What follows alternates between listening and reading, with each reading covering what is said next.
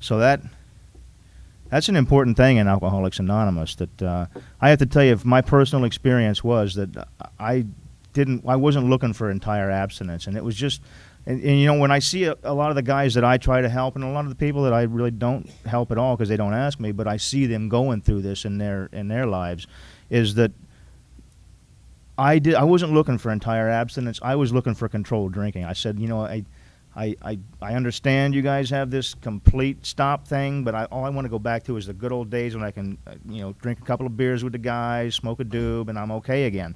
But I had made that transition to where it took what it took. That's all there is to it. And when I see other people going through what they're going through, I don't go, oh, it's so sad that these people don't make it in Alcoholics Anonymous. I simply see that as a stage of their recovery, the stage of their recovery in which they're still struggling with the idea that they cannot safely take one drink ever again as long as they live. And that's all I see. Even though it may be 10 years of their life, 15, 20 years, it only took me, like, you know, for that 5 years of hell that I lived through, my experience was.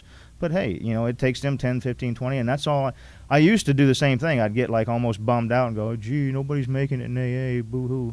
But now I say, well, it's just, you know, it's that stage of their recovery, the stage in which they're struggling with this entire abstinence thing.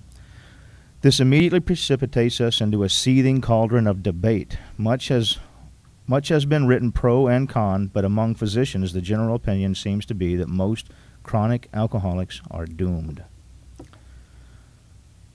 What is the solution? Perhaps I can best answer this by relating one of my experiences. You see how what he's doing here is he's telling you what it is that he's experienced, what he's gone through. He's not telling you, you know, something like a clinical book study or something. And that's one of the guys that I followed around said, listen, when you try to teach the 12 steps, when you try to explain it to somebody else, if you're trying to explain it to them from a book and from what you read in a book, it's really going to sound and feel disingenuous to them. You need to get it from your heart and from your own experience.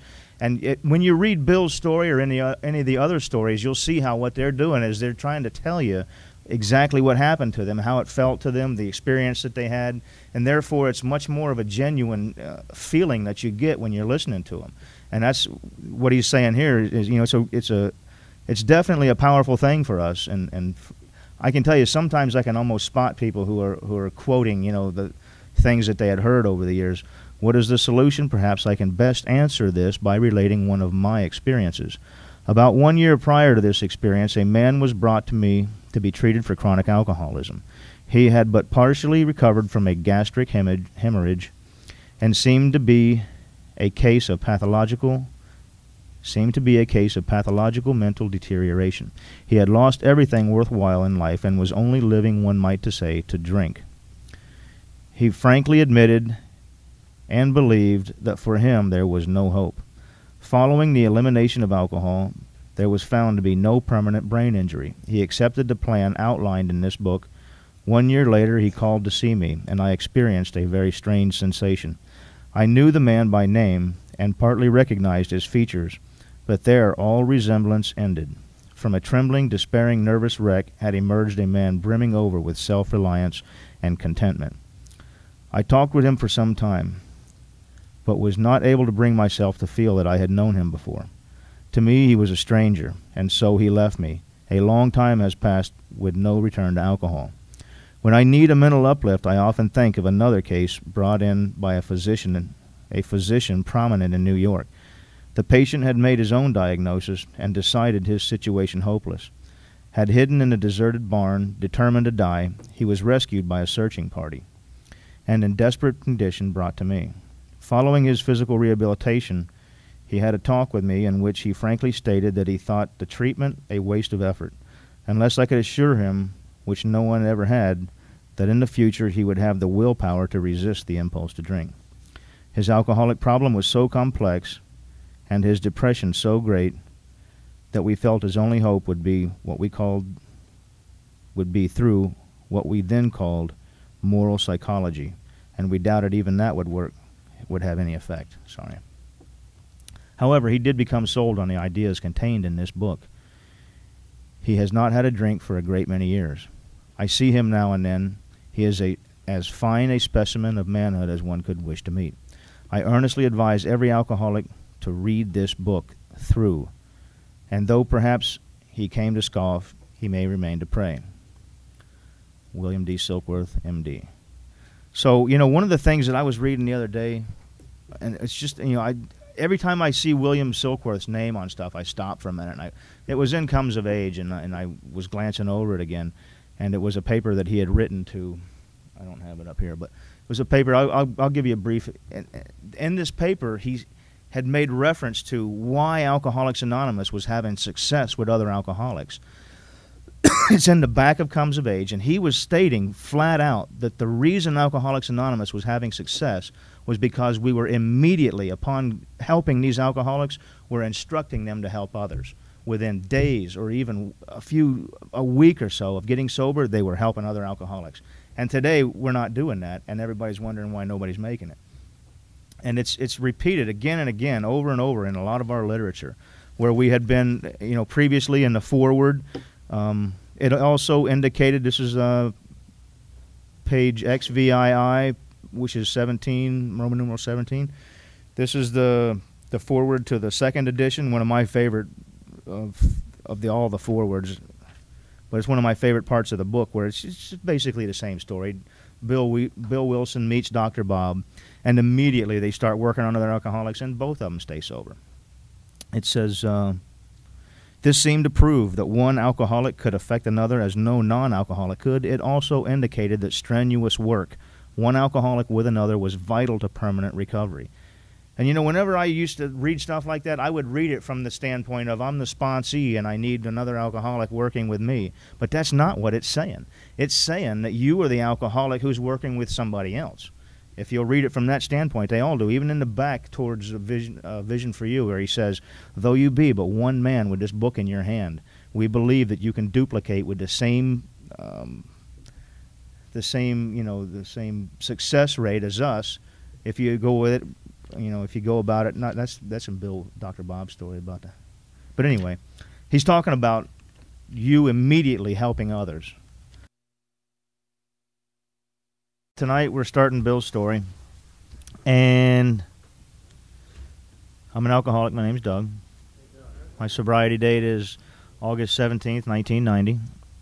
With any luck, about another month or so, I'll have 20 years. Now, Bill's story is 16 pages. It's chapter 1, starts on page 1. The bad news is the first 6 pages of Bill's story are drunkalogue.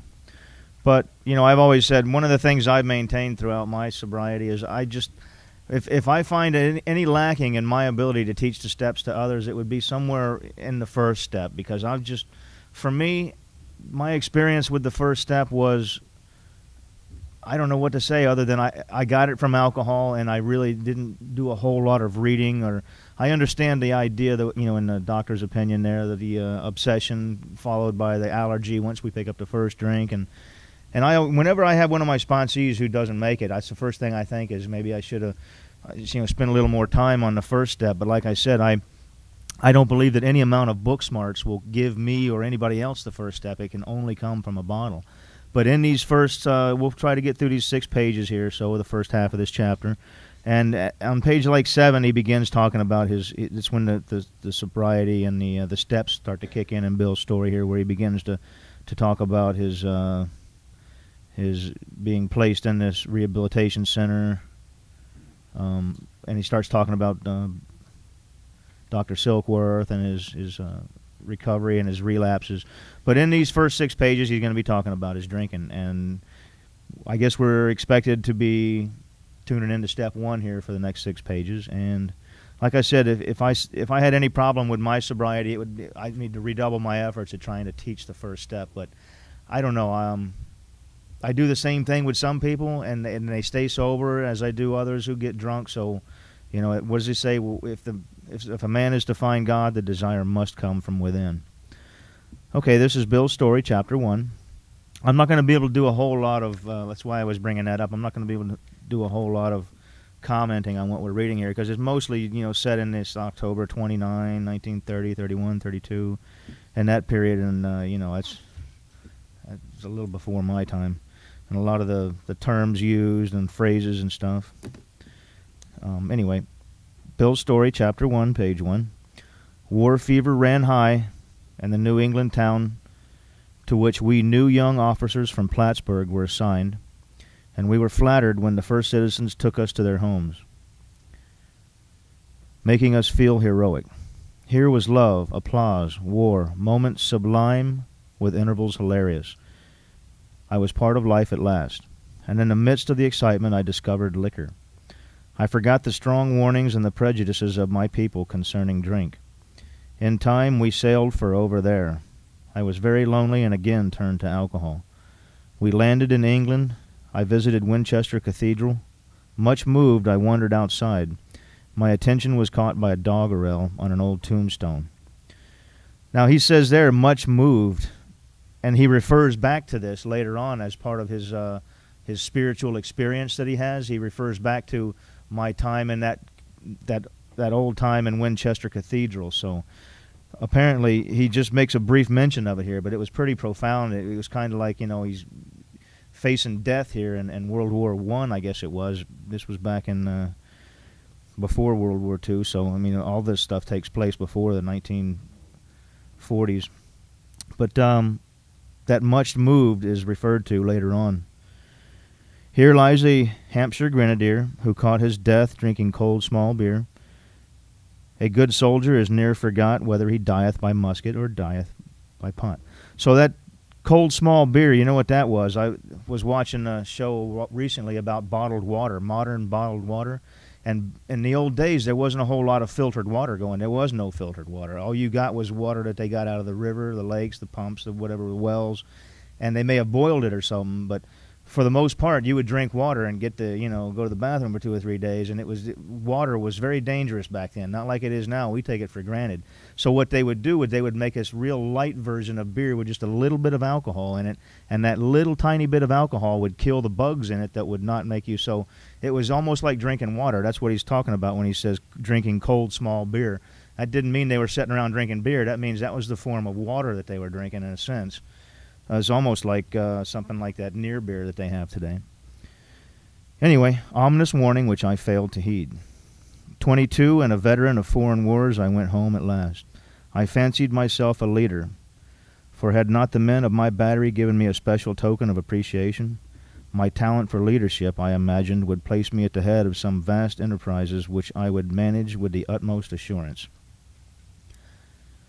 I took a night law course and obtained employment as an investigator for a surety company. The drive for success was on. I'd proved to the world I was important. My work took me about Wall Street, and little by little I became interested in the market. Many people lost money, but some became very rich. Why not I? I studied economics and business as well as law. Potential alcoholic that I was, I nearly failed my law course. At one of the finals I was too drunk to think or write. Though my drinking was not yet continuous, it disturbed my wife. We had long talks when I would still her forebodings by telling her that men of genius conceive their best projects when drunk, that the most majestic constructions of philosophic thought were so derived. By the time I had completed the course, I knew the law was not for me. The inviting maelstrom of Wall Street had me in its grip. Business and financial leaders were my heroes.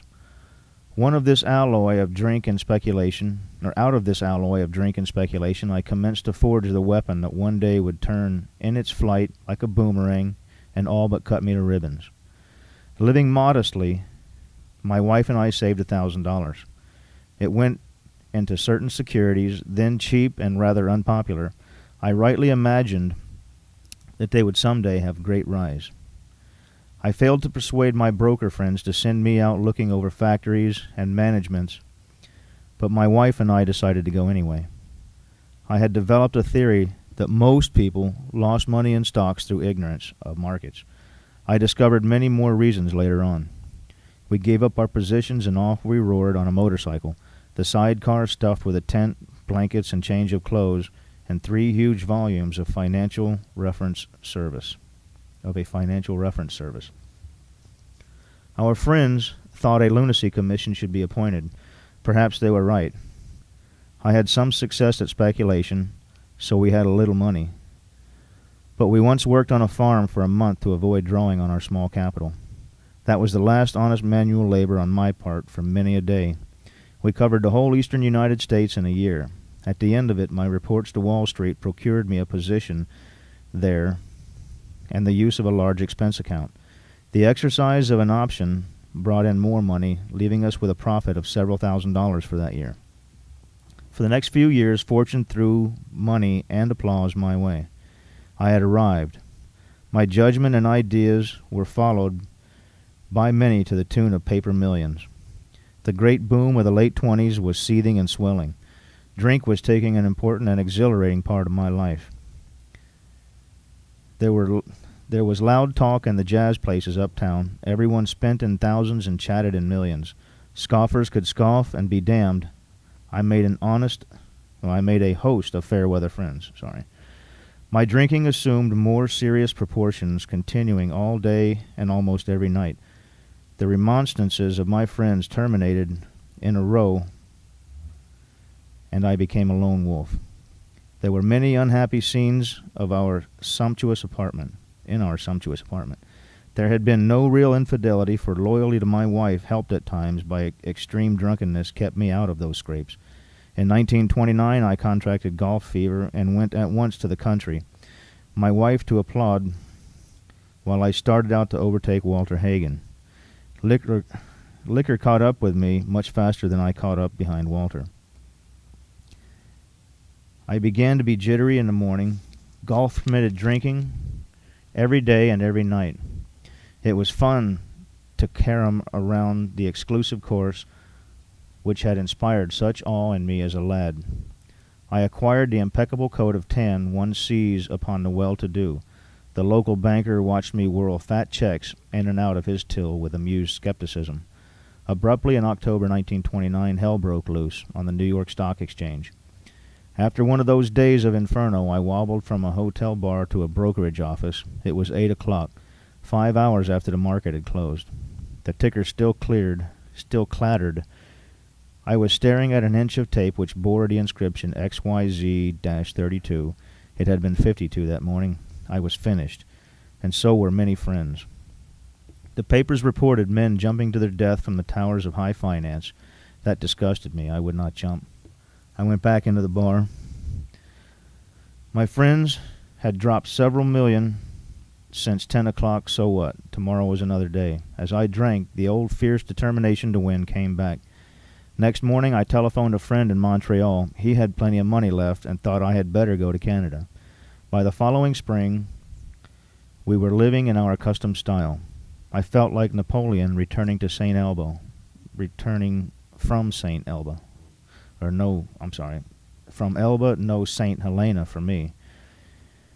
But drinking caught up with me again, and my generous friend had to let me go. This time we stayed broke. We went to live with my wife's parents. I found a job, then lost it as a result of a brawl with a taxi driver. Mercifully, no one could guess that I was to have no real employment for 5 years, or hardly draw a sober breath. My wife began to work in a department store, coming home exhausted to find me drunk. I became an unwelcome hanger-on at brokerage places. Liquor ceased to be a luxury. It became a necessity. Bathtub gin. 2 bottles a day, and often 3, got to be the routine. Sometimes a small deal would net a few $100s, and I would pay my bills at the bars and delicatessens. This went on endlessly, and I began to waken very early in the morning, shaking violently.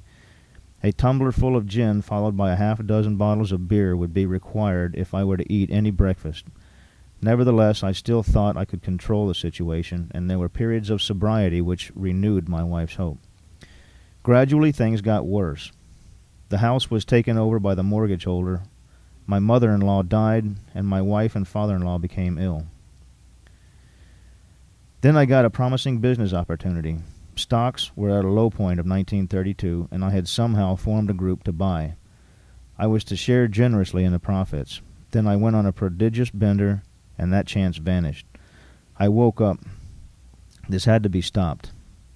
I saw I could not take so much as one drink. I was through forever.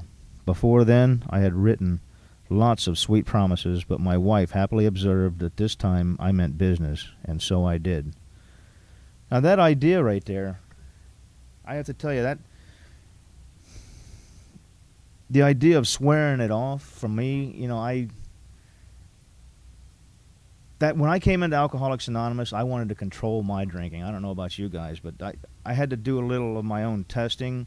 And for me, like I said, step one is the idea that we're trying to get out of these pages here. I just wanted to stop for a minute, and you know, I'll do another page and a half, and then we'll get to that.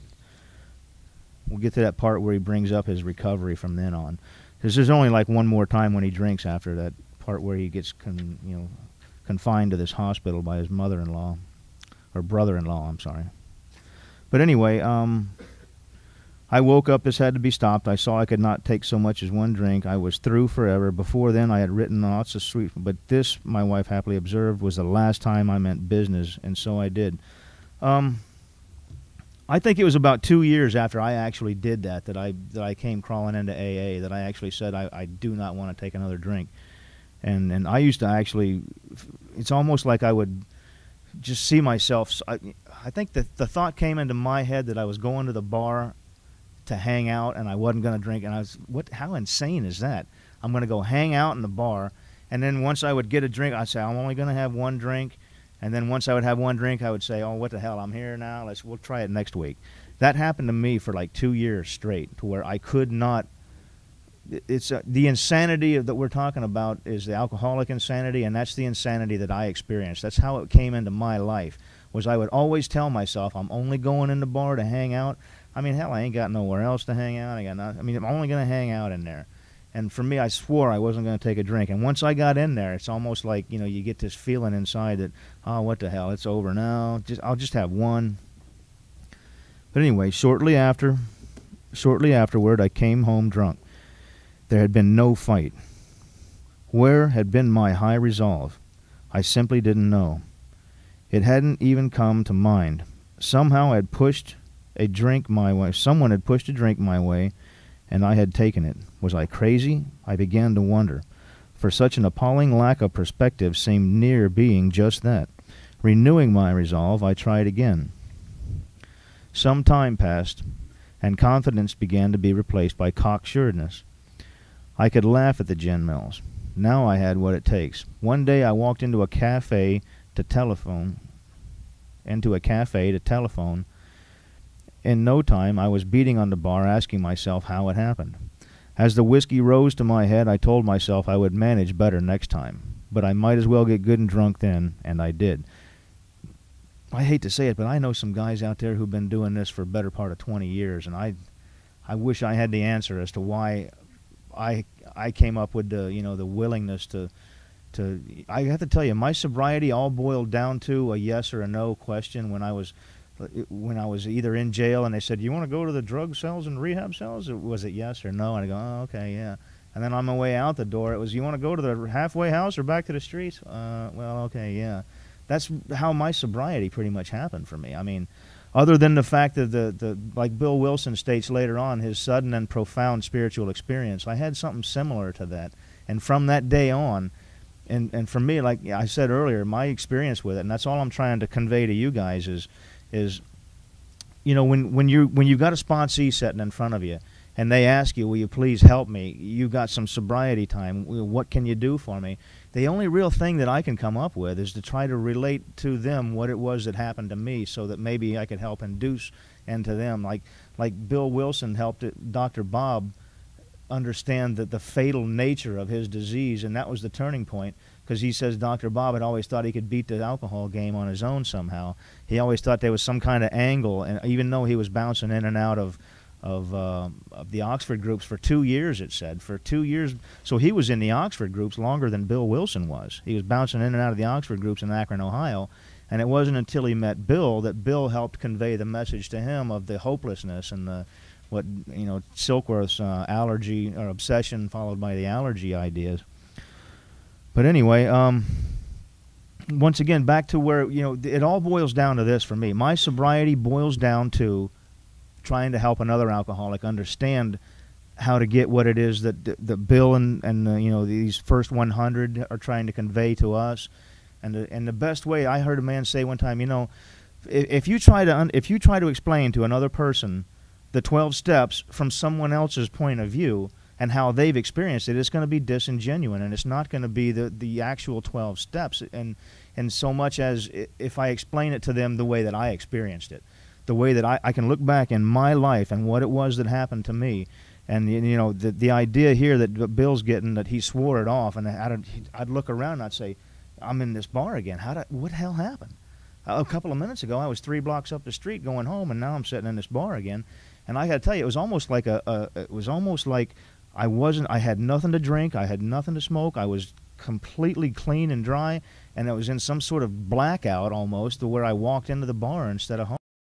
That's the only way I can explain it was. But you know, like I said, I have a little lacking when it comes to the first step. I usually, because you know, both sponsors jumped me right to step 4.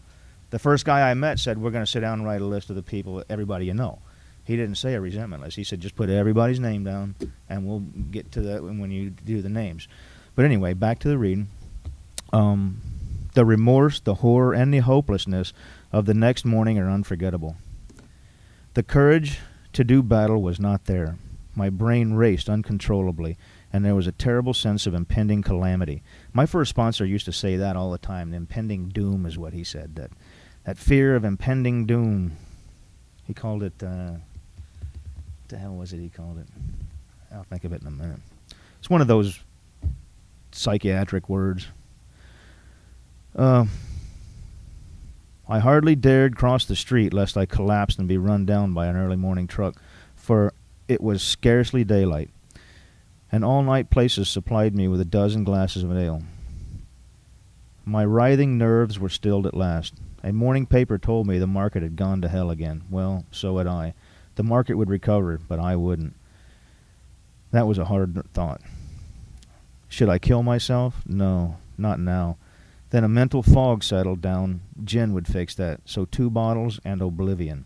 So it's obvious he's had the thought of killing himself here. I got to tell you, I had that thought too, but I never really like said, "Oh, I'll kill myself." It was like in the back of my head, like, I'm out of here. I'm out of here. The hell with this.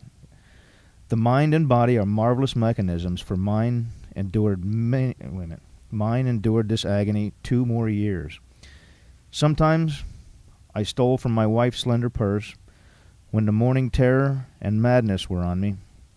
Again, I swayed dizzily before an open window or the medicine cabinet where there was poison, cursing myself for a weakling.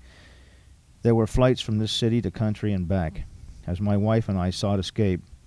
Then came the night when the physical and mental torture was so hellish, I feared I would burst through my window, sash and all. Somehow I managed to drag my mattress to a lower floor. So here he is thinking about suicide again. He's going to throw himself out a window. Twice he mentions it. Somehow I managed to drag my mattress to a lower floor. At least I suddenly leaped. A doctor came with a heavy sedative. Hey, wait a minute. We don't talk about those things in here. Next day found me drinking both gin and sedative. This combination soon landed me on the rocks. People feared for my sanity. So did I. I could eat little or nothing when drinking, when I was 40 pounds underweight. My brother-in-law is a physician, and through his kindness and that of my mother, I was placed in a nationally known hospital for the mental and physical rehabilitation of alcoholics. Under the so-called belladonna treatment, my brain cleared. Hydrotherapy and mild exercise helped much. Best of all, I met a kind doctor who explained that though certainly selfish and foolish, I had been seriously ill, bodily and mentally. So that's the first mention of sobriety here. I mean, the beginnings of his time spent with Dr. Silkworth here. Best of all, I met a kind doctor who explained that though certainly selfish and foolish, I had been seriously ill, bodily and mentally. It relieved me somewhat to learn that in alcoholics, the will is amazingly weakened when it comes to combating liquor. Though it often remains strong in other respects, my incredible behavior in the face of desperate desire to stop was explained. Understanding myself now, I fared forth I fared forth in high hope. For 3 or 4 months the goose hung high. I went to town regularly, and even made a little money. Surely this was the answer, self-knowledge. But it was not. For the frightful day came when I drank once more. Now that self-knowledge thing, I got to tell you, I was in the rehab. I'm going to open up the floor for open discussion here in a minute. And we'll read the rest of this 16 pages in this chapter, so that'll give us 9 pages, or hell, once he starts into the recovery, I can slow down a lot, because I can get to like one paragraph or something and spend 10 minutes talking, because he gets into all the steps here in the forwards, these next few pages. 15, 13, those are the pages with all the steps on it and the way he experienced them. Anyway, self-knowledge. There was a lot of that when I was in the rehab that I went to. I have to tell you, there were these mandatory meetings, and one of the things that I've noticed about myself and about other people is that there's hard work. Number one, there's hard work involved in getting sober and staying sober. And I'm talking about it. When my sponsor said to me that giving was the answer, you have to give of yourself. I remember this was like 12 or 13 years ago, and I said, I have nothing. What can I give? I'm like nobody. I live from paycheck to paycheck almost. I'd be lucky to have a few thousand in the bank. And he said, no, you're not talking about giving money. We're talking about giving your time. You have to give your time to other people. When someone says, will you help me, my first thought was, well, I got to do this. I got this happening that day, and I'm not going to have time for you. And see, that's when my sobriety kicks in. And what I was referring to was backing up with this self-knowledge idea was it boiled down to my sobriety boiled down to that moment in my life when someone says, will you help me? And that's what I try to convey to my sponsees. I say, there's another thing that I did early on too, was I avoided being an attractive person for sponsorship in meetings. There's a way that you can sit in a meeting and no one will ever ask you to sponsor them. And that's an excuse. You come up and go, hey, I would have sponsored people if somebody had asked me, but, nobody ever asked me to sponsor them. But if you'll look in the book here, we're instructed to go out and find doctors, priests, ministers, and rabbis and search out these people to work with. And nobody does that anymore, but what we do is we sit in meetings and we wait for somebody to ask us to sponsor them, to help them through the steps. And one of the things that happened to me several years back was I had spoke at a meeting, I think it was Central House, I don't know, but 12, 13 years ago. And there must not have been very many sober people around there. I had talked about the steps, spirituality, God. I knew I hated talking about myself. I think the first couple of times I spoke, I focused on where I was born, where I grew up, where I went to school, and I felt like crap afterwards. I didn't like it. So I switched over. Unlike Bill here, he talks a lot about the drinking, and I think there's a reason for that, and my sponsor heard me speak, and I didn't say anything about drinking, and he said, well, there's a reason for that, and that reason is that you don't want the people in the room to think that you're just some guy who ain't got nothing else to do with his time. My life is so boring. I never really had a real drinking problem. I just thought I'd come in and hang out here because this is one of the places some people hang out. You want to acknowledge the fact that you're a real alcoholic and that your message carries depth and weight because, you got a certain amount of time and you were a real alcoholic. It was two choices for me, die or get sober. That's what it boils down to. But this idea of self-knowledge, back to what I was getting to, was I was in the rehab and we had all these counselors, and it always seemed to me that they would show us these videos. They'd go, okay, tonight's lesson, we're going to play a video for you, and they'd stick a video and they'd walk off. They would not sit down with us. They wouldn't take the time to try to explain anything to us. And no, they were all recovering alcoholics themselves. I'm not trying to badmouth them. All I'm saying is I look back on it and I used to think, it made me angry, and now today I see them, I say, they couldn't transmit something that they didn't have. And though there was a lot of stuff that went on in there that was questionable, I came out of there sober, and I haven't had a drink since, and I think the world of the place. They helped me, and several other people that I knew stayed sober several years after that. But the self-knowledge is the tapes they used to play us. They used to have these doctors stand there and explain to us what the effect the alcohol has on the body, on a molecular level, what alcohol does to the brain, blah, blah. And for years I thought that was good stuff. I go, man, this is the answer. we just get enough of this knowledge about what's happening to me and how these things affect my brain and the effects that alcohol has on the human body, and the whole mechanical aspect of it. And it means nothing, absolutely nothing. It's real cute stuff, but it means nothing. And the sad part was they thought it did for some reason. I don't know. But anyway, I'm going to continue next week with when we start getting into Bill's step 1 is on the next page, page 8. And so we'll get right into the steps with him. No words can tell of the loneliness and despair I found in that. So we got Bill's drunk log out of the way. I have to tell you, Bill's story is one of my favorite parts in the whole book because it's got the most basic idea of Alcoholics Anonymous, and that is that one alcoholic is going to drink. He's on the edge of a drink. He's done for. My time is over as a sober alcoholic. I'm going to drink. But wait, I find somebody to work with. I give of my time. I try to help somebody with genuine concern, and from the way that it makes me feel inside about who I am, of giving of myself, it keeps me sober. It takes me out of myself. It takes me away from the obsession for that first drink. And there's not a whole lot of the detail of the obsession. You'll find it in the 4th step, and you have to really go into the mechanics of the 4th step to see that fear is at the root of the obsession for that first drink. All fear is based in self, and we get out of that self-based fear by doing things for others. And it's a real simple idea, but it's best seen in 3 areas that I know of. A Vision for You. The entire chapter is all about Bill meets Bob. He's on the edge of a drink. He helps Bob stay sober. He stays sober. And so, too, is Bill's story. Bill's story is essentially he's on the edge of a drink. It's the same story. And forward to the 2nd edition, the whole, the details of that story are in there. Some of the time frames are in there. Like he had 6 months of sobriety when he met Bob. He was on the edge of a drink.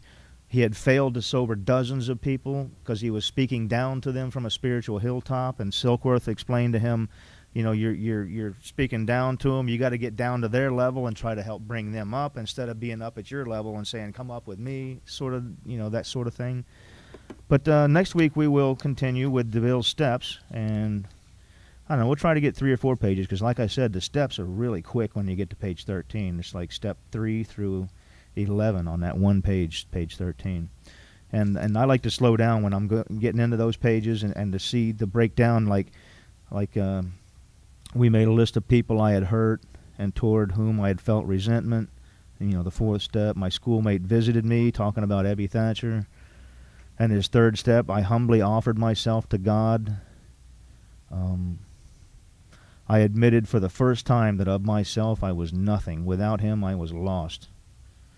Anyway, so we'll open up the floor for the second half of the meeting for open discussion. If I guess we're focusing on step 1 here, and the smashing of the ego, the deflating of the human ego. Anyone like to share on anything we just read tonight? Hey. We're going to facilitate the reading of Roman numeral pages XI through 164. We're going to read the Big Book. And I'm going to gab for about 30 minutes and read a few pages, and we'll open up the floor for discussion. And I'm an alcoholic. My name is Doug, again. My sobriety date is August 17th, 1990. And we left off on page 7 last week. We were in the pages pretty much dedicated to Bill's explanation of step 1, and there's a lot of it. 7 pages, 8 pages. 8 pages. So as we work our way through these next few pages, we're going to see Bill's surrender. We're going to see Bill's friend, his childhood friend, as he puts it, Edwin Thatcher, who gets rescued from the insane asylum from 2 guys from the Oxford groups, and how he explains to him the simple idea of recovery, and he does it twice. Once he does it in Bill's kitchen while Bill's drinking, and the second time he comes to the hospital when Bill's detoxing for the last time. And okay, so we're reading on page 7 right here about the last paragraph down from the bottom, talking about self-knowledge. Surely this was the answer, self-knowledge. But it was not. For the frightful day came when I drank once more. The curve of my declining morale and bodily health fell off like a ski jump. After a time, I returned to the hospital. This was the finish, the curtain, it seemed to me. My weary and despairing wife was informed that it would all end with heart failure during delirium tremens, or I would develop a wet brain perhaps within a year. She would soon have to give me over to the undertaker or the asylum. They did not need to tell me. I knew, and almost welcomed the idea. It was a devastating blow to my pride. I, who had thought so well of myself and my abilities, of my capacity to surmount obstacles, was cornered at last. Now I was to plunge into the dark joining that endless process of sots who had gone on before. I thought of my poor wife. There had been much happiness after all. What would I not give to make amends? But that was over now. And remember, on the couple of pages back, he had contemplated suicide 3 times he makes reference to. He was going to jump out a window. He thought, should I kill myself? I think not. Swayed dizzily before an open window, and I feared I would burst through the window. So this is Bill's step 1, the way I have it lined out here. No words can tell of the loneliness and despair I found in that bitter morass of self-pity. Quicksand stretched around me in all directions. I had met my match. I had been overwhelmed. Alcohol was my master. Trembling, I stepped from the hospital a broken man, and fear sobered me a bit. And you know, that's one of the ideas that I have circled here, that the way I was taught over the years, that there's 2 things that'll keep you sober. One of them is fear of what'll happen. And he says here, fear sobered me a bit, then came the insidious insanity of that first drink. And the other way is, the way I've experienced it personally was, and the way I see it happening to a lot of people around me, is that fear sobers me up temporarily. Because this happened to me over and over in a period of 2 years. I would get a month, and the fear of what would happen would keep me sober for a month, and then I would drink again. I did nothing. I heard mention of steps, I heard mention of some of this, but it went in one ear and out the other. And you know what, I have to tell you, from my own point of view, I saw people in AA who didn't seem to be working any program at all. And I saw the people who were giving it everything they had. And I said, you know what, if these people can stay sober and they're not doing anything, they're just hanging out, and those people are working so hard, you know, I think I'm going to take the hang out and do nothing, because who wants to work that hard? Who wants to spend so much time and working hard at staying sober, you know? But I later learned a guy I came across years ago said, don't make the mistake of thinking that this room is full of real alcoholics like you. There are some people in here who can stop on their own and don't need to give it everything that they have. They don't need the spiritual solution. They don't need God. And therefore, it says the only requirement for AA is a desire to stop drinking. It doesn't say the requirement is that you be a real alcoholic like us. That's why we don't tell them, hey, you got to hit the road. You ain't a real alcoholic. We let anybody come in here who says they want to stop drinking. But you got to make the difference. You got to make the choice between saying, well, there is a difference between somebody who hangs out and does nothing and literally comes in late, leaves early, talks on the phone, distracts everybody, hitting on all the women or the men or whatever, because not everybody who comes in here is like me. This is life and death. But he says, fear sobered me for a bit, then came the insidious insanity of that first drink. And there's that word there, too, the insidious insanity of the first drink. And so many years I've been sitting in AA, and I hear people make a reference to in the second step where he says, you know, that God could restore me to sanity. And it's not talking about, you know, crazy, like, what are the diagnoses for, like, manic depressive or schizophrenia or paranoia, or any one of those clinical medical terms for insane behavior, insane. That's not what we're talking about in AA, because you never hear psychiatrists prescribing 12 steps of Alcoholics Anonymous for those, you know, mental illnesses. We get the insanity that we're talking about in AA is the insanity of that first drink, knowing that I cannot take one drink without it leading to another. There's a big difference, and many people do not understand that. They come in here and go, oh, my life's getting insane again. I gave somebody the finger going down the road the other day, and I knew I better get to a meeting. We're not talking about that. We're talking about that brief thought that goes through your head just for an instant that says, you can have one. You can do it this time. That's the insidious insanity of that first drink. And it is also, just like his fear sobered me for a bit, as we read through the steps, we'll see that it too is rooted in fear. That fear, it says, selfishness and self-centeredness driven by 100 forms of fear, is the root of our troubles. It is the cause. It is the root of that insidious insanity of that first drink. And on Armistice Day 1934, I was off again. Everyone became resigned to the certainty that I would have to be shut up somewhere or would stumble along to a miserable end. How dark it is before the dawn. In reality, that was the beginning of my last debauch. I was soon to be catapulted in what I like to call the fourth dimension of existence. I was to know happiness, peace, and usefulness in a way of life that is incredibly more wonderful as time passes. Near the end of that bleak November, I sat drinking in my kitchen. With a certain satisfaction, I reflected there was enough gin concealed about the house to carry me through the night and the next day. My wife was at work. I wondered whether I dared hide a full bottle of gin near the head of our bed. I would need it before daylight. My musing was interrupted by the telephone, the cheery voice of an old school friend. So that's how he describes Ebby Thatcher. Edwin is his name, Edwin Thatcher. Ebby's like a nickname. And this, although I heard, Ebby was described as being Bill's sponsor from the Oxford groups, Ebby Thatcher drank, and Bill Wilson became Ebby's sponsor in Alcoholics Anonymous. So, voice of an old school friend asked if he might come over. He was sober.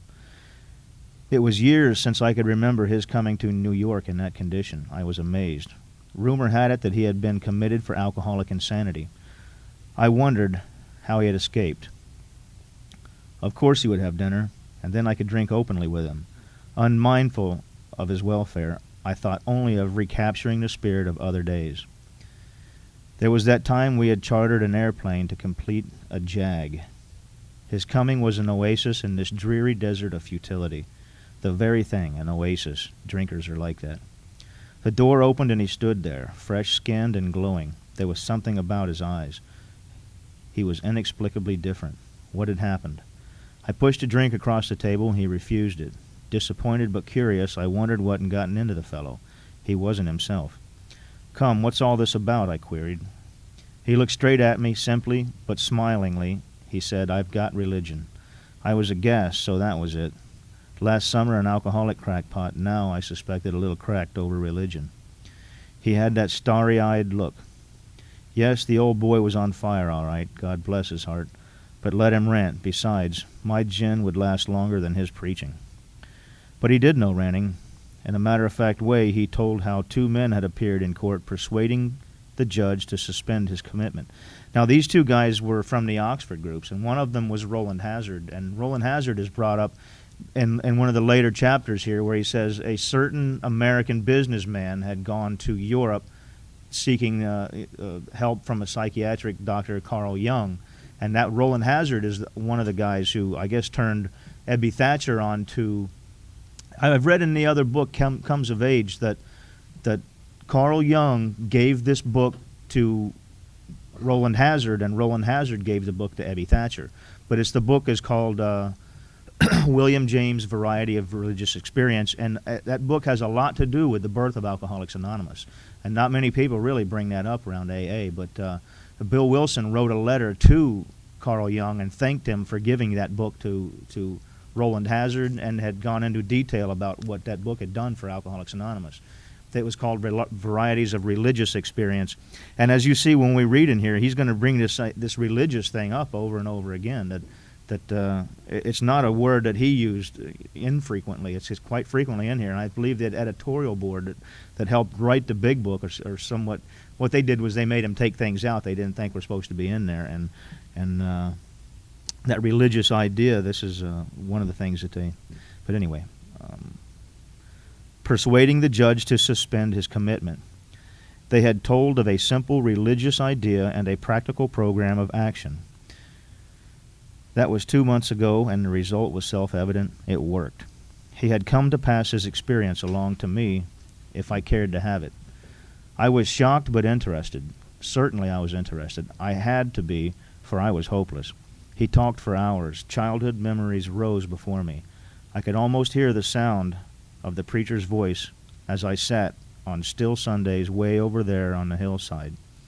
There was that proffered temperance pledge I never signed, my grandfather's good-natured contempt of such church folk and their doings.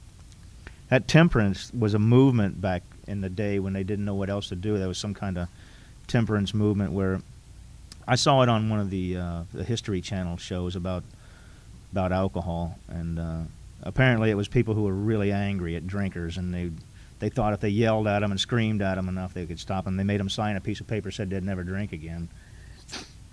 They'd never drink again. I never signed. My grandfather's good-natured contempt of such church folks and their doings, his insistence that the spheres really had their music, but his denial of the preacher's right to tell him how he must listen, his fearlessness as he spoke of these things just before he died, these recollections welled up from the past. They made me swallow hard. Now, if you haven't figured it out by now, Bill Wilson is getting into this idea of God right now. He's going to tell us that he's not an atheist and that he was an agnostic. Not many people, I've said that to a couple of people who are big book thumpers, and they go, no, he wasn't. I go, it's proof positive in here. It says flat out, he says, I was not an atheist. I had always believed in some kind of power, some kind of something or other, but he's just not quite sure what it. When we get to the second step, I'll show you one of the definitive statements that he makes that is clear that he wasn't sure whether there was a God or not, and that's all there is to it. And that is pretty much the explanation of an agnostic is, I don't know. Maybe there is, maybe there isn't, That wartime day and old Winchester Cathedral came back again. Remember back in the first page and when he says that he had this flash over him in that Winchester Cathedral, and it was closest thing to a spiritual experience that he had ever had, because he was going to fight and he thought he was going to die. He thought, this is it, it's over. World War I was a brutal war. I don't know if you guys have read anything about that, but that was hand-to-hand combat and the brutality of the trench warfare in Belgium. Oh my God. I saw a show once where there were 25,000 men died in one explosion. One explosion when they blew up a hill of Germans, 25,000 men in one. They set the bomb off, boom, and they put a marker at the end of the hill, said, in this hill are 25,000 men. And they go to war now, and you're like, somebody died today. Oh my God, there's a dead guy in the war today. 25, and it's like hill number 242 in Belgium, and it was brutal, absolutely brutal. That's why he had gone to war and thought, this is it, it's over. The number of people that died in that war were. But anyway, I had always believed in a power greater than myself. So that was the proof positive that I've had people tell me, yeah, Bill believed in God. Look what he says. I had always believed in a power greater than myself. I had often pondered these things. I was not an atheist. Few people really are. For that means blind faith in a strange proposition that this universe originated in a cipher of aimlessly rushes nowhere. My intellectual heroes, the chemists, the astronomers, even the evolutionists, suggested vast laws and forces at work, despite contrary indications. I had little doubt that a mighty purpose and rhythm underlie all. How could there be so much of precise and immutable law and no intelligence? I simply had to believe in a spirit of the universe, who knew neither time nor limitation. But that was as far as I had gone. See, there's a statement there. That's as far as I had gone. He has not answered the question yet, essentially. With ministers and the world's religions, I parted right there. When they talked of a God personal to me, who was love, superhuman strength, and direction, I became irritated, and my mind snapped shut against such a theory. To Christ I conceded the certainty of a great man, not too closely followed by those who claimed him. His moral teaching most excellent. For myself I had adopted those parts which seemed convenient and not too difficult. The rest I disregarded. The wars which had been fought, the burnings and chicanery that religious dispute had facilitated, made me sick. I honestly doubted whether, on balance, the religions of mankind had done any good. And I hear that a lot today, too. There's a lot of that in the news today, that the religion is at the root of more evil than good, I honestly doubted women. Judging from what I had seen in Europe and since, the power of God in human affairs was negligible. The brotherhood of man a grim jest. If there was a devil, he seemed the boss universal, and he certainly had me. But my friend sat before me, and he made the point-blank declaration that God had done for him what he could not do for himself. His human will had failed. Doctors had pronounced him incurable. Society was about to lock him up. Like myself, he had admitted complete defeat. Now, the idea that complete defeat, the way that the psychiatrist, that Bill Wilson calls these psychiatrists the founders of Alcoholics Anonymous. Everybody turned to Bill and said he was a founder. And there he is. And Bill turned around behind him and said, no, it wasn't me, it was them. It was the Silkworth and Young and Thibaut and all the psychiatrists that had helped explain to him the idea of the ego deflation and the importance of what it is that alcohol does to us, that it smashes us as people. Why? Because from that smashed and broken person, now you can build a new person. But somebody who's not completely smashed and completely broken still has a hint of that rebellion in them. That, I don't really think I want to go through all that hard work of sponsoring people. Why do I have to sponsor people when that guy hangs out and he doesn't do a damn thing around here? Why can't I be like him or something? But the choice that I saw was, jump into this AA thing and give it everything that I got, or die. And that's the way I still see it. And I try to teach that to the guys that'll listen. But anyway, only alcohol can deliver that first step. Like myself, he had admitted complete defeat. Then he had, in effect, been raised from the dead, suddenly taken from the scrap heap. And that's one of the things my sponsor used to say. He'd say, I remember this, and it used to really almost bring a tear to my eye. He'd say, God reached into this pile of black, nasty goo and picked something up, and it was dripping with nasty, and he shook it off, and it was me. And he said, I got something for you to do. That's one of his things he used to say in the meeting all the time. Let's see. Suddenly taken from the scrap heap to a level of life better than the best he had ever known. Had this power originated in him? Obviously it had not. There had been no more power in him than there was in me at that minute. And this was none at all. That floored me. It began to look as though religious people were right after all. Here was something at work in a human heart which had done the impossible. My ideas about miracles were drastically revised right then. Never mind the musty past. Here sat a miracle directly across the kitchen table. He shouted great tidings. I saw that my friend was much more than inwardly reorganized. He was on a different footing. His roots grasped a new soil. That's a pretty profound statement right there, huh? What do you say? I saw that my friend was much more than inwardly reorganized. He was on a different footing. His roots grasped new soil. Despite the living example of my friend, there remained in me the vestiges of my old prejudice. The word God still aroused a certain antipathy. When the thought was expressed that there might be a God personal to me, this feeling was intensified. I've heard that described as almost being violently anti-religious, and when I first saw that term, violently anti-religious, I think he wrote that in one of the other chapters, where he says, I think it's obviously it's in the second step, so it would be a chapter to the agnostics. He'd say that some of us had even become violently anti-religious, and when I saw that, I go, man, he got my number. Only because I always felt like they were talking down to me somehow, like they were better than me or something. When the thought was expressed to me that there might be a God personal to me, this feeling was intensified. I didn't like the idea. I could go for such conceptions as creative intelligence, universal mind, or spirit of nature, but I resisted the thought of a czar of the heavens, however loving his sway might be. I have since talked with scores of other men who felt the same way. Now, in the chapter We Agnostics, Bill writes that roughly half of our original fellowship, and I believe that's how he puts it, roughly half of our original fellowship were exactly of that type, atheist or agnostic. So when he says, I have since talked to scores of other men who felt the same way, he's talking about half of the fellowship of Alcoholics Anonymous.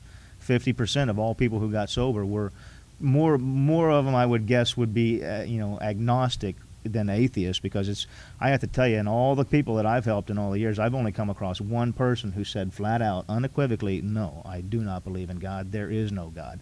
One guy out of like maybe 200 or more. So it's not a very big percentage of people who, once, I guess it's the God thing, runs them right back out the door. They step in the door, hear God, and they're gone, But anyway, my friend suggested what then seemed a novel idea. He said, so we're into step 2 here, and if you haven't noticed, in the Bill's step 2. And on this next page, he goes literally through the next 11, or that would be 9 steps. 9 steps on this next page over here. That statement hit me hard. So here's the part that I point to when I say Bill was an agnostic. If you can see this, he says, why don't you choose your own conception of God? That statement hit me hard. It melted the icy intellectual mountain in whose shadow I had lived and shivered many years. I stood in the sunlight at last. It was only a matter of being willing to believe in a power greater than myself. Nothing more was required of me to make my beginning. And the reason he points that out is because if you're taking somebody through the steps and they answer this question, you say, do you believe in, because that was what I heard was the second or first question that Dr. Bob would sit at the foot of the bed, because you guys know that Dr. Bob had helped some 5,000 alcoholics at that hospital. I forget the name of it now, but it's the hospital in Akron, and the one that I guess he was in when Bill and Ann. St. Mary's? I don't remember. Anyway, the important thing is that I read in the book Comes of Age that Dr. Bob would sit at the foot of their bed, and the first thing he would say was, "You want to stop drinking? Do you believe in God, young fellow?" Was like the first thing. It was almost like that was their version of step 1 and 2. Do you want to stop drinking? Because some people, I have to tell you, I have actually had a couple of sponsees when I say, "Do you want to stop drinking?" They go, "Well, I'm having a little problem. I don't know. I'd like to be able to control it a little bit." And I go, "Well, when you want to stop drinking, you'll know where to find us." So it was only a matter of being willing to believe. The point I was trying to make is, if you get to step 2 and someone says, "I don't know whether there's a God or not," you don't have to say, "Well, we're stumped. We can't go on to step 3 until you answer the question, do you believe in God, yes or no?" We can't go on, because the way I understood it, if somebody says, "I don't know whether there's a God," because remember, we're going to run into like 50% of the people who come in here are going to say, "I'm not sure. I have not answered that question. I have gotten sidetracked with the family and the business and the kids and all that, and one thing led to another, and 20 years has gone by, and I just haven't answered the question of whether there's a God or not." And you don't stop them right there and say, "Well, we can't go on." Because remember, what we're doing here is we're looking to do 2 things. Number 1, I'm looking to learn more about how to implement the steps into my life, and more about how to teach the steps to the people who come in behind us, because these 2 things are the most important things in our life. Let's just say our primary purpose is to stay sober and to help another alcoholic achieve sobriety. We stay sober by learning how to implement these steps into our lives, and we help another alcoholic achieve sobriety by trying to explain to them what it is that we're going through here. And one of the things that this is, where he says it's only a matter of being willing to believe, is the idea that you put that step 2 on hold and go on with the rest of the steps, and as a result of working the steps the way that they're outlined, you will receive what it is that they say you're going to get, which is a definite defense against that first drink, that obsession for that first drink will be removed, because the fear that is the underlying insanity that precedes that first drink will be at a manageable level that won't require you to have a drink to get rid of it. Anyway, that's a simple explanation from the way I understand it. So, nothing more was required of me to make my beginning. I saw that growth could start from that point. Upon a foundation of complete willingness, I might build what I saw in my friend. Would I have it? Of course I would. Thus I was convinced that God is concerned with us humans when we want Him enough. You see that key point there? When we want Him enough. That's got to be, because I got to tell you, I got a couple of guys that I've been working with, and you watch what they go through, and I say, man, I went through maybe I would say 2 years, 5 years of hell, but those last 2 years were like, I don't want to do it anymore, hell, And I see them going through this for what they claim to be like 8 or 10 years of absolute. And the only thing I can come up with is when we want Him enough, because that's, to me, that was almost a turning point in my life. And I believe he may be making a reference to step 3, whereas in the Big Book it says we stood at the turning point. We asked for His protection and care with complete abandon. Because right here within another paragraph is the 3rd step. Thus I was convinced that God is concerned with us humans when we want him enough. At long last I saw, I felt, I believed. Scales of pride and prejudice fell from my eyes. A new world came into view. The real significance of my experience in the cathedral burst upon me. And remember, that's the very first page back there where he says he was going to battle, and he stepped into that Winchester Cathedral, and he had this, something flashed over him, and he got teary-eyed. And for a brief moment I had needed and wanted God. There had been a humble willingness to have him with me, and he came. But soon the sense of his presence had been blotted out by worldly clamors, most of those within myself. Now you see that, you know what, when we get into the fourth step, and he's going to do this here in the next paragraph. When we get into the fourth step, you'll see that he actually says that the fourth step is a search to find the most common manifestations of self that block me from God's will, which is receiving and doing a life of service and self-sacrifice for others, work and self-sacrifice for others. So when he says that this is almost an explanation of what's keeping him from receiving and doing God's will or getting close to God. And when he says, there had been a humble willingness, I'm back on the other page over here. There had been a humble willingness to have him with me, and he came. But soon the sense of his presence had been blotted out by worldly clamors, mostly those within myself. So that's an explanation of what we do in the fourth step. We're looking to find what these worldly clamors that are blotting out God that are within us, mostly within myself. And so it had been ever since. How blind I had been. At the hospital, I was separated from alcohol for the last time. So remember, he was just talking about being at the kitchen table and talking to Ebby Thatcher, his old school friend. Now he's back in the hospital again. At the hospital, I was separated from alcohol from the last time. Treatment seemed wise, for I showed signs of delirium tremens. I don't know if you guys have ever had that or seen it, but I've never had it, but I've seen it in other people, and it's pretty sad, man. So here's step 3, and about the next 4 pages, or 4 lines, I guess, 4 sentences. There I humbly offered myself to God, as I then understood him, to do with me as he would. I placed myself unreservedly under his care and direction. So that's a pretty profound statement, unreservedly under his care and direction. I admitted for the first time that of myself I was nothing, that without him I was lost. Now I know he says sins in this next, but he goes on in the fourth step to actually the word sin is never mentioned again in this entire book, and in the 12 and 12 it is, but I've heard tales that we don't really deal with sin because here's why. Here's why we don't deal with sin in Alcoholics Anonymous. Because sin pertains to a particular religion. And when we say self, that's what we believe is blocking us from others, from doing things for others and living a life of service for others. So the whole idea of sin, what that'll do, that'll handicap you because you're going to be talking to somebody who is of Jewish religion or of Muslim religion or Buddhist or whatever other kind of religions there are out there that need help.